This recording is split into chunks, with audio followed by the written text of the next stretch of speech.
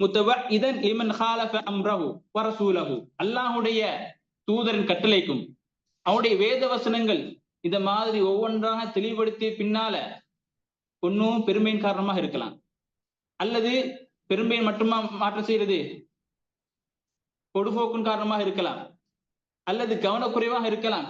கவனக்குறைவு மறதின்னு சொன்னா அல்லாஹ் மன்னிச்சிடுவான். தொடர்ந்து பொடுபோக்காக இருக்கிறது. அல்லாஹ்வுடைய வேத வசனங்கள் ஓதி காண்பிக்கப்படுகிற பொழுது, வேத வசனங்கள் சொல்லி காட்டுகிற பொழுதெல்லாம் பொடுபோக்காக, அதில் கவனக்குறைவாக இருந்தால் அல்லாஹ் ரப்புல் ஆலமீன் எப்படியா சட்டங்களை சொல்லி காட்டுகின்றான். அந்த சமுதாயத்தை என்ன செய்தோம்? அழித்தோம். லேச அழிக்கையில கடுமையாக கேள்விக்குட்படுத்தினோம்.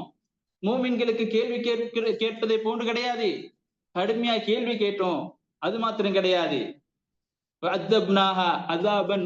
மோசமா அவர்களை தண்டித்தோம்.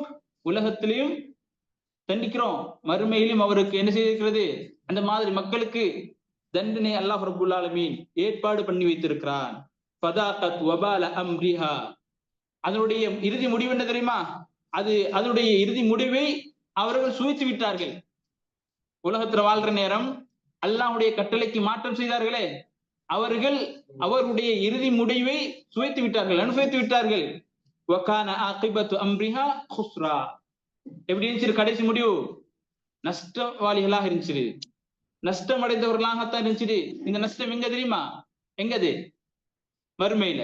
உலகத்துடைய வாழ்க்கையில அல்லாஹ் ரப்புல் ஆலமீன் அவர்களுக்கு தண்டனுடைய அந்த இறுதி முடிவு, உலகத்துல அல்லாஹ்வுடைய தூதருக்கு அல்லது அல்லாஹ்வுடைய கட்டளைக்கு மாற்றம் செய்து வாழக்கூடியவர்களுடைய இறுதி முடிவு அதை சுவைத்து விட்டார்கள். எப்படி இருக்கும் அந்த டேஸ்ட், எப்படி இருக்குன்றத அனுபவித்து விட்டார்கள். ஆனா அம்ரிஹா, அதோட இறுதி முடிவு மறுமையில எப்படி இருக்கும் தெரியுமா?